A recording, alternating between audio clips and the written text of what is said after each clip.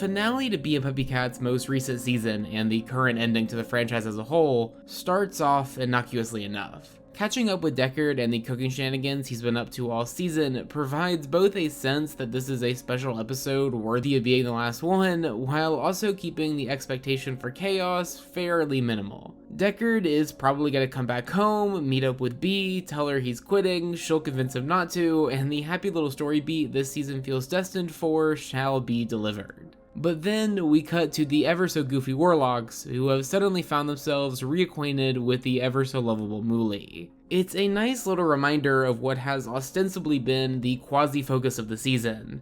The idea that these guys with seeming little power are obsessed with catching PuppyCat for one reason or another. And like usual, they kind of just make their capture uncomfortable, manhandling him in a way that's more comedic than anything else. Then, however, there's a beat, and then Mooley experiences hell. His body filled with the unknowable, the unexplainable limbs of these beings taking control, turning him blue, green, red, every color he shouldn't be, and forcing him to serve as their vessel for violence. Violence against the only people who have ever shown Mooley kindness, violence that has only ever been abstractly described in this show, now front and center and forced upon the show's only sinless being. The apocalypse that this series has always been building towards has finally begun.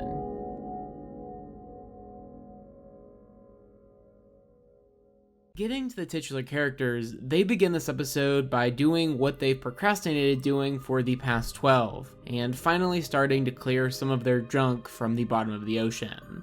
Throughout their exchange, a clear parallel between Bee and the show named after her begins to become apparent, as she drops this line in reference to what the duo is doing. I hate this. It's so boring! All throughout this franchise, both the ocean and the stuff within it have pretty clearly represented Bee's past, and by extension, the part of the series that isn't just slice of life. While up on the surface, it's pretty easy for Bee to pretend to be a typical young woman, at the unknowable bottom of the ocean, it isn't quite the same. As a result, Bee and her title series have spent the past several hours of runtime staying as far away from it as possible, ensuring that the goofy, lighthearted adventures that make Bee and PuppyCat are able to continue. The character in the second half of that title, however, doesn't quite feel the same. As while the series has been hesitant to reveal much of its world or its character's past, we have actually gotten quite a bit of PuppyCat's life before he was, well, PuppyCat. And even just a cursory glance at this depiction of his past, his time as a sick-as-hell space prince, makes it more than evident why he's so desperate for change. Why he's so dead set on the idea that, even if it might hurt people, they need to explore the bottom of the sea, the core of the world he's found himself trapped in. Back on the surface, the rest of the show's cast continues to demonstrate that, with perhaps a few exceptions, they tend to agree with PuppyCat's view on the topic of change. Deckard has already demonstrated such with both his decision to go to and withdraw from baking school, Cass is constantly demonstrating how unhappy she is with the world around her, Crispin is still dealing with clown stuff, Howell's still running a restaurant he doesn't like. There's just a general desire for things to be different among the named denizens of the island. This is most apparent, no pun intended, for Cardamon, who has spent the series dealing with being two of the worst things someone can be, an orphan and a landlord. Add on to the fact that he's a kid who acts like an adult in a world filled with adults who act like children, and you get what is pretty definitively this miserable little boy, spending every episode desperately wishing things were different and being met with rejection from the universe at every turn. And initially, this continues into this episode, him meeting the first sign of the end times with 3 wishes. First, the removal of the 2 previously mentioned afflictions, and finally, for the adults of the island to start acting like it. And when these wishes start coming true one by one, it becomes more than clear to the audience that it truly is the end of the world. As Mooley makes contact with the planet, the apocalypse that has been obvious to the audience for minutes now finally makes itself known to the characters as well. And at this first sign, Bee and PuppyCat immediately have their very predictable opposing responses. The latter, still giddy at finding his old spaceship and perhaps the first step towards getting his old life back, would much rather deal with the consequences of the end of the world, this end of the status quo, rather than try to prevent it. Bee, on the other hand, becomes nearly apoplectic, first begging PuppyCat to help her stop it, and then deciding to try and fight it alone. As usual, there is no planning from Bee here, simply charging towards what is threatening her way of life and hoping something good happens. It does not. Right in front of our eyes, Bee is ripped apart. And while this may not be the first time this has happened, as it also ended the show's original run, this time feels a hell of a lot different.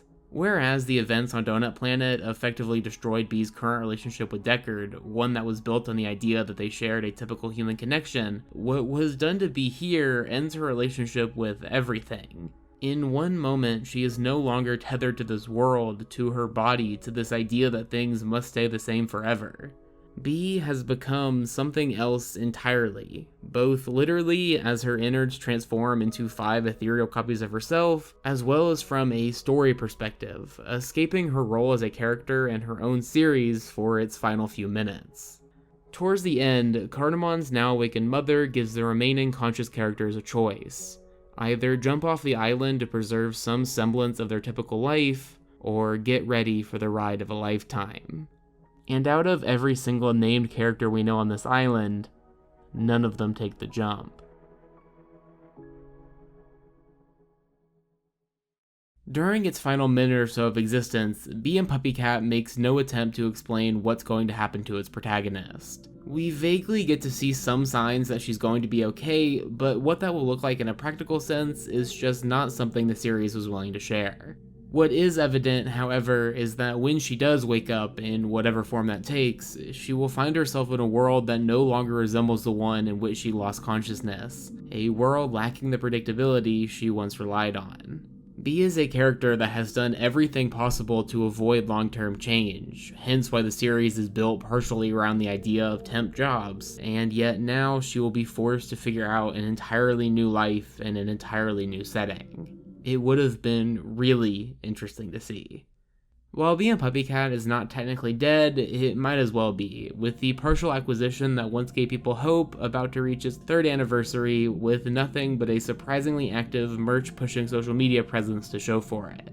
And I don't believe it's much of a stretch to say that the stuff I've been talking about in this video is part of the reason for this outcome, as any company greenlighting another season would have to know that any continuation from this point would have to, almost by definition, feel entirely different than what the fans initially fell in love with. Perhaps this is part of the reason why the show was so hesitant to embrace change in the first place. Bee and PuppyCat is a fascinating show. It's a series where nothing changes until everything does, it's a series that's entirely built around its cutesy charm until it isn't, and it's by far the series I've written the most videos about without actually making them. More so than anything else, however, Bee and PuppyCat is a cartoon unlike any other I have ever or likely will ever see, both in its ability to present its ultimately slice-of-life-centric stories in such an interestingly surreal way, and in its decision to, against all odds, end its largely stagnant run with an apocalyptic embrace of the change it once so desperately feared. This has been AmpleSamuel. Thanks for watching.